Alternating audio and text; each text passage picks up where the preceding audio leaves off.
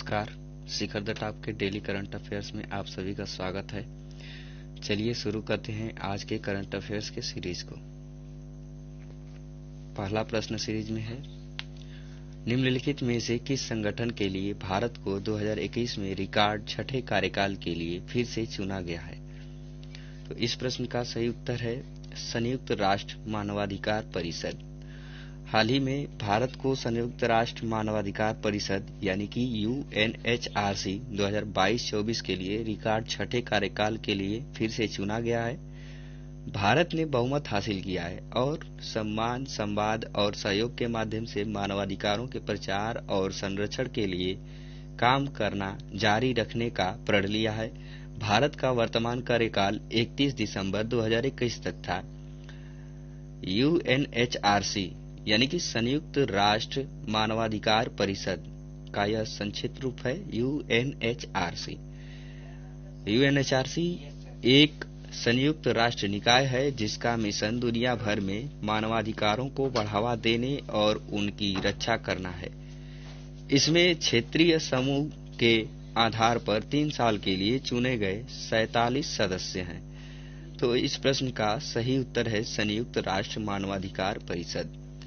अगला प्रश्न है, विश्व छात्र दिवस प्रतिवर्ष किसकी जयंती को चिन्हित करने के लिए 15 अक्टूबर को मनाया जाता है? ऑप्शन ए वल्लभ भाई Patel, option B Atal Bihari Vajpayee, option C Vikram Sarabhai और ऑप्शन डी APJ अब्दुल कलाम। इस प्रश्न का सही उत्तर है APJ अब्दुल कलाम, ऑप्शन डी। तो प्रतिवर्ष 15 अक्टूबर को पूर्व राष्ट्रपति APJ अब्दुल कलाम के जन्मदिन को मनाने के लिए विश्व छात्र दिवस के रूप में मनाया जाता है। वर्ष 2021 पूर्व राष्ट्रपति और missile man doctor APJ Abdul Kalam के 90वीं वर्षगांठ के रूप में मनाया गया था। आइए इस दिन के बारे में जानते हैं। तो इस दिन यानी कि 2010 में संयुक्त राष्ट्र ने कलाम के छात्रों के प्रति प्रेम और इस तथ्य के कारण 15 अक्टूबर को विश्व छात्र दिवस घोषित किया था। वह स्वयं एक समर्पित शिक्षक थे और किसी भी चीज से पहले उस भूमिका में उत्कृष्ट थे। इस बात को लेकर संयुक्त राष्ट्र ने 2010 में विश्व छात्र दिवस घोषित किया था। APJ अब्दुल कलाम के बारे में जान लेते हैं। तो APJ अब्दुल कलाम का पूरा नाम था अबुल पाकीर जैनुलाब्दीन अब्दुल कलाम। अब्दुल कलाम जी एक भारतीय एरोस्पेस वैज्ञानिक थे और उन्होंने 2002 से 2007 तक भारत के 11वें राष्ट्रपति के रूप में कार्य किया था। तो इस प्रकार इस प्रश्न का सही उत्तर होगा APJ अब्दुल कलाम, ऑप्शन डी। अगला प्रश्न है, निम्नलिखित में से किस मंत्रालय ने सीमा सुरक्षा बल यानी कि BSF बॉर्डर सिक्योरिटी फोर्स की शक्तियों को बढ़ाया है? तो इस प्रश्न का सही उत्तर है गृह मंत्रालय। हाल ही में गृह मंत्रालय ने सीमा सुरक्षा बल यानी कि BSF की शक्तियों को बढ़ा दिया है। बढ़ी हुई शक्तियों के तहत अधिकारियों के पास तलाशी और गिरफ्तारी करने की शक्ति होगी। क्या है बढ़ी हुई शक्तियों की सूची, इसमें देखते हैं। तो बढ़ी हुई शक्तियों की सूची में पहला है, अधिकारियों के पास पाकिस्तान और बांग्लादेश के साथ अंतर्राष्ट्रीय सीमा साझा करने वाले 3 नए राज्यों में 50 किमी की सीमा तक जब्ती की शक्ति होगी। उन्हें दंड प्रक्रिया संहिता यानी कि CRPC, पासपोर्ट अधिनियम और पासपोर्ट यानी कि भारत में प्रवेश अधिनियम के तहत यह कार्रवाई करने का अधिकार दिया गया है। और दूसरा है, BSF अधिकारी पंजाब, पश्चिम बंगाल और असम राज्यों में तलाशी और गिरफ्तारी कर सकते हैं। उक्त राज्यों में BSF को राज्य पुलिस की तरह ही तलाशी और गिरफ्तारी का अधिकार होगा। तीसरा है, उनके पास नागालैंड, मणिपुर, मिजोरम, त्रिपुरा और लद्दाख की तलाशी लेने और उन्हें गिरफ्तार करने की भी शक्ति प्रदान की गई है।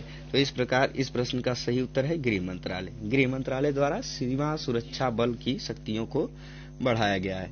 अगला प्रश्न है, वैश्विक भूख सूचकांक यानी कि GHI 2021 में भारत की रैंक क्या है? तो इस प्रश्न का सही उत्तर है 101वीं।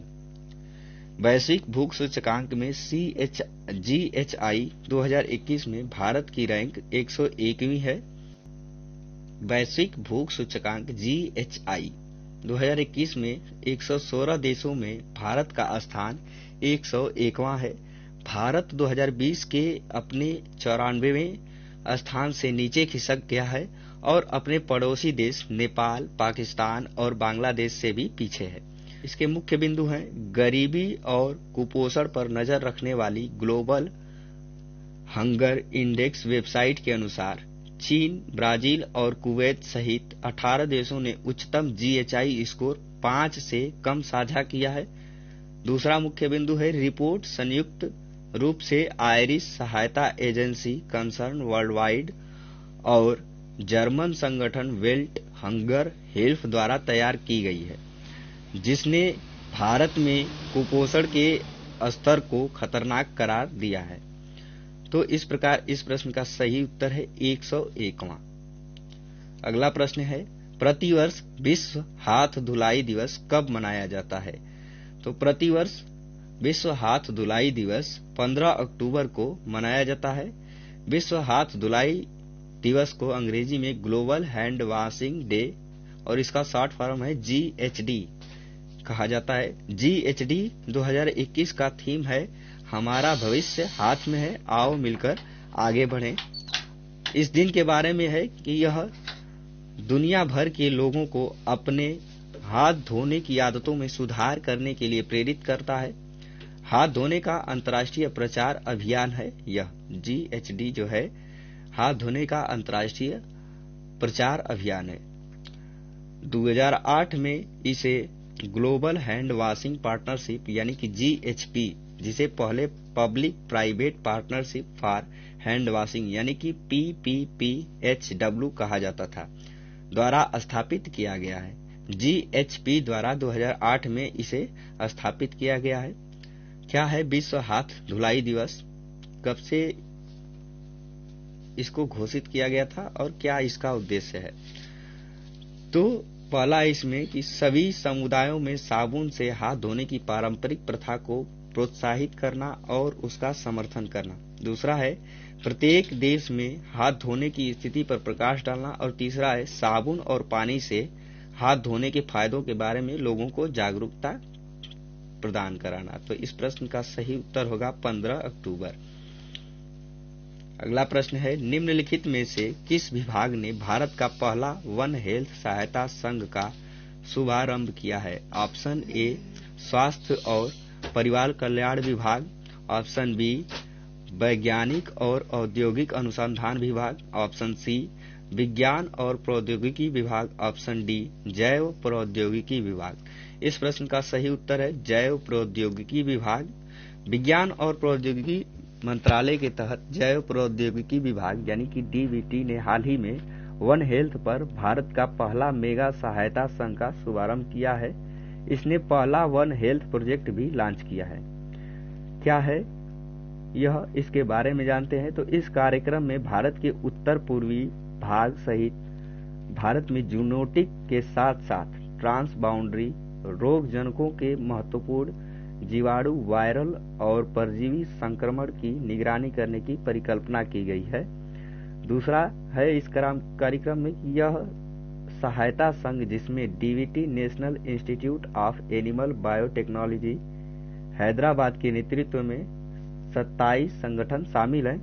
भारत सरकार द्वारा कोविड के बाद के समय में शुरू किए गए सबसे बड़े स्वास्थ्य कार्यक्रमों में से यह एक है। तो इस प्रश्न का सही उत्तर होगा जैव प्रौद्योगिकी विभाग। अगला प्रश्न है प्रधानमंत्री फसल बीमा योजना यानी कि PMFBY के मुख्य कार्यकारी अधिकारी CEO के रूप में किसे नियुक्त किया गया है? तो इस प्रश्न का सही उत्तर है रितेश चौहान।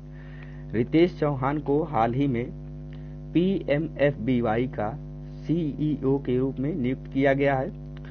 वरिष्ठ नौकरशाह रितेश चौहान को कृषि और किसान कल्याण विभाग के तहत प्रधानमंत्री फसल बीमा योजना यानी कि PMFBY और संयुक्त सचिव कृषि के मुख्य कार्यकारी अधिकारी के रूप में नियुक्त किया गया है।